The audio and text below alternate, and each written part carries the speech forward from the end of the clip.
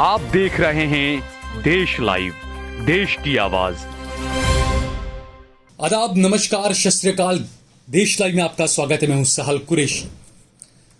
नरेंद्र मोदी के काल में भारत का डंका विदेशों में इस कदर बज रहा है कि हर जगह से भारत को आलोचनाओं का ही शिकार होना पड़ रहा है। अगले महीने नरेंद्र मोदी को अमेरिका के दौरे पर जाना है, लेकिन उससे पहले अमेरिका ने एक रिपोर्ट जारी की है। इस रिपोर्ट पर कई सवाल खड़े उठने लगे हैं भारत की सरकार पर, इस रिपोर्ट को लेकर, क्योंकि अमेरिका ने भारत में अल्पसंख्यकों पर हो रहे हमलों का मुद्दा उठाया है। और सबसे अहम और गंभीर बात इसके अंदर यह है कि भारत को उस श्रेणी में रखा गया है। इसके लिए बाकायदा यह कहा गया है कि भारत को जिस श्रेणी में रखा गया है उसके बारे में कहा गया है सामूहिक नरसंहार की संभावना रखने वाला देश। आप सोचिए यह बात किस तरफ इशारा कर रही है।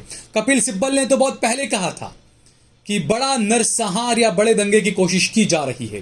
अब अमेरिका ने एक रिपोर्ट जारी की है, उसके अंदर ये बातें कही गई है और भारत को उन देशों की श्रेणी में रखा है जहां पर सामूहिक नरसंहार होने की संभावनाएं है।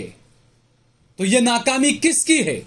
और देश के अंदर जिस तरीके से मुसलमानों के घरों पर बुलडोजर चलाए गए, गौ हत्या के नाम पर मुसलमानों को मारा गया, मुसलमानों के खिलाफ, इस्लाम के खिलाफ जिस तरीके से हेट स्पीचेस दी जा रही है, इन तमाम मुद्दों का जिक्र जो है वो अमेरिका की इस रिपोर्ट में किया गया है।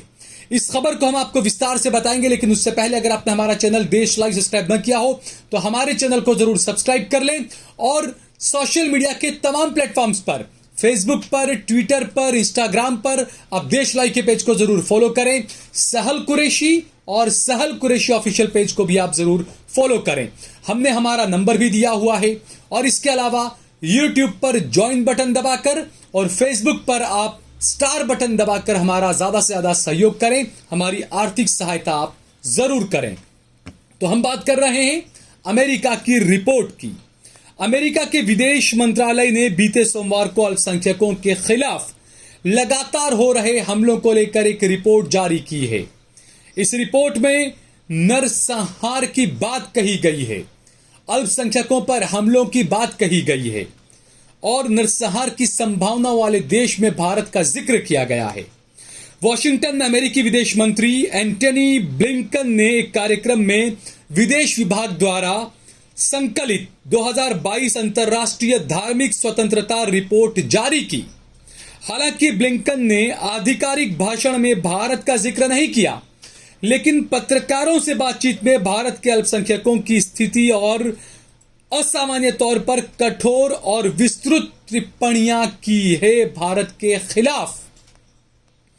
रिपोर्ट में ईसाई, मुस्लिम, सिख, हिंदू और दलित और आदिवासी समुदायों समेत धार्मिक समुदायों के खिलाफ निरंतर लक्षित हमले, मुसलमानों के खिलाफ नरसंहार के खुले आह्वान, हेट स्पीचेस, लिंचिंग और धार्मिक स्थलों पर हो रहे हमलों का जिक्र किया है।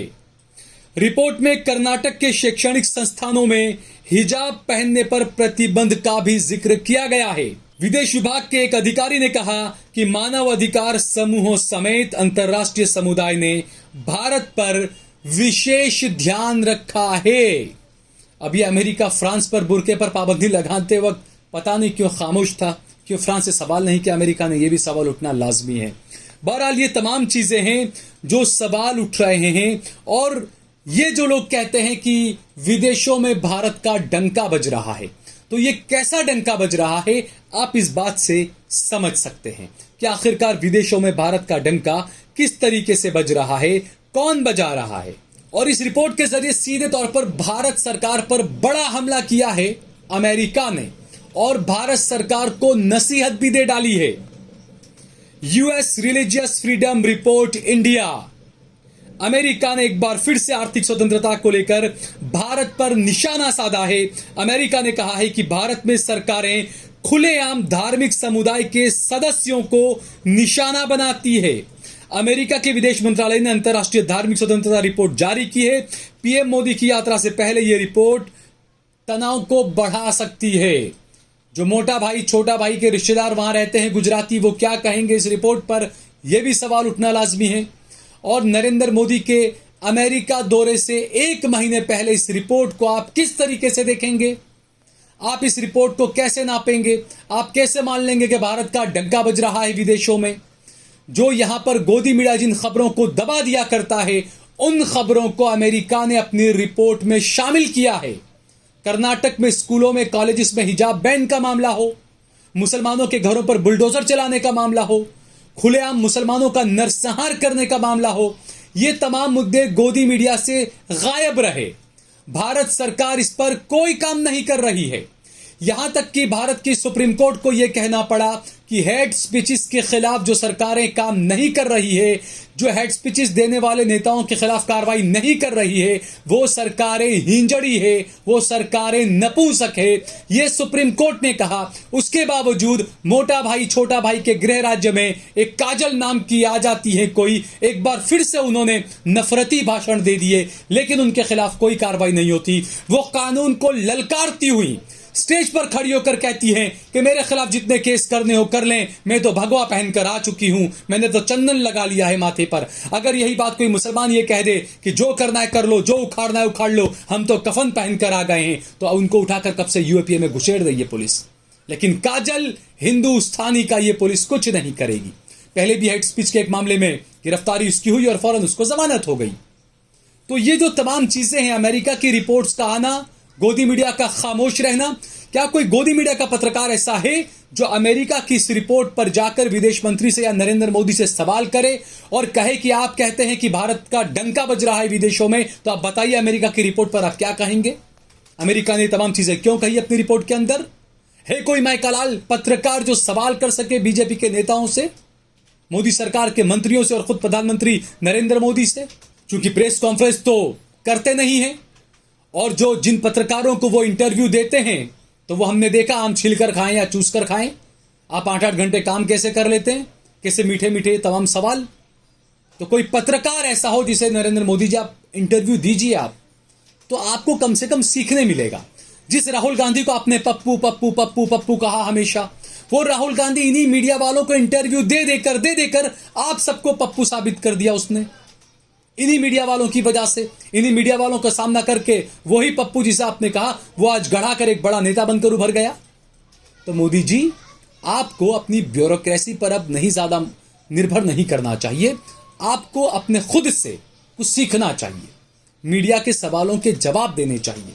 क्योंकि अब आप अमेरिका जाएंगे तो लोगों को अमेरिका का वो वीडियो भी याद आएगा, ओ माय गॉड आप लोगों को अंदर नहीं आने दिया, ठीक है मैं बात करूंगा।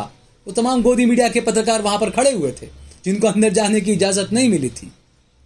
तो ये जो तमाम चीजें दोस्तों हो रही है, ये कई सवाल खड़े करती है। और अमेरिका की जो रिपोर्ट आई है, दुनिया भर के लगभग 200 देशों और क्षेत्रों में धार्मिक स्वतंत्रता की स्थिति के बारे में एक तथ्य आधारित व्यापक दृष्टिकोण प्रदान करती है। सिर्फ भारत ही नहीं, 200 देशों और अलग अलग जगहों की इसमें बात की गई है। और जो अमेरिका के जो ये हैं, उन्होंने कहा ब्लिंकन ने कि इसका उद्देश्य उन क्षेत्रों को उजागर करना है जहां जवाबदेही को बढ़ावा देने के लिए धर्म या विश्वास की स्वतंत्रता का दमन किया जा रहा है। ये कितने सख्त अल्फाज हैं। धर्म का और ये तमाम चीजों का उपयोग और दमन कहां हो रहा है, कौन सी पार्टी कर रही है? बजरंग बली का नाम लेकर बटन दबाना याद होगा आपको। फिर इससे पहले का एक बयान भी याद करिए, इतनी जोर से बटन दबाना कि शाहीन बाग में करंट लगे। तो ये जो तमाम चीजें हैं, अमेरिका की रिपोर्ट में इन चीजों का जिक्र किया है और वहां के विदेश मंत्री ने तमाम चीजों को, बातों को उजागर किया है और यह कहा है कि ऐसी चीजों का उजागर करना चाहते हैं और इसी के लिए रिपोर्ट तैयार की गई है। ब्लिंकन ने अपनी टिप्पणियों में भारत का जिक्र नहीं किया और वार्षिक रिपोर्ट में भारत के संदर्भ वाला हिस्सा पूर्व के वर्षों के समान ही है। हुसैन ने धार्मिक समुदायों को खुले तौर पर निशाना बनाने वाली सरकारों के संदर्भ में रिपोर्ट में भारत का जिक्र किया है। हुसैन ने रूस के बाद चीन और अफगानिस्तान समेत उन कुछ देशों का जिक्र करते हुए कहा, भारत भर में विविध धार्मिक समुदाय से जुड़े कानून के हिमायती और धार्मिक नेताओं ने हरिद्वार शहर में मुस्लिमों के खिलाफ घोर नफरती भाषा के मामलों की निंदा की और देश का आह्वान किया कि उनके ऐतिहासिक बहुलवाद एवं सहिष्णुता की परंपरा को बनाए रखा जाए। तो ऐसी कई बातें इस रिपोर्ट के अंदर कही गई है और ये रिपोर्ट आई नरेंद्र मोदी के अमेरिका जाने के ठीक 1 महीने पहले। अब देखना यह होगा कि जब कांग्रेस की सरकारों में ऐसी कोई रिपोर्ट आ जाती थी तो गोदी मीडिया किस तरह का तांडव मचाता था, किस तरीके के सवाल मनमोहन सिंह से किए जाते थे डायरेक्ट प्रेस कॉन्फ्रेंस में बैठकर। ये गोदी मीडिया उन चीजों को भूल चुका है। और तहव्वुर हुसैन और वो राणा और तमाम आपको याद होंगे जो अमेरिका में पकड़े गए थे आतंकवाद के नाम पर, उन्होंने क्या क्या बयान दिए थे, ये गोदी मीडिया आज उन बयानों को भी भूल चुका है। गूगल सर्च करके आप उन बयानों को भी पढ़ लें। अगर आपको ये वीडियो पसंद आया हो तो इस पर कमेंट करें, इसे लाइक करें, इसे ज्यादा से ज्यादा शेयर करें। अगर आपने हमारा चैनल देश लाइव सब्सक्राइब न किया हो तो हमारे चैनल को जरूर सब्सक्राइब करें।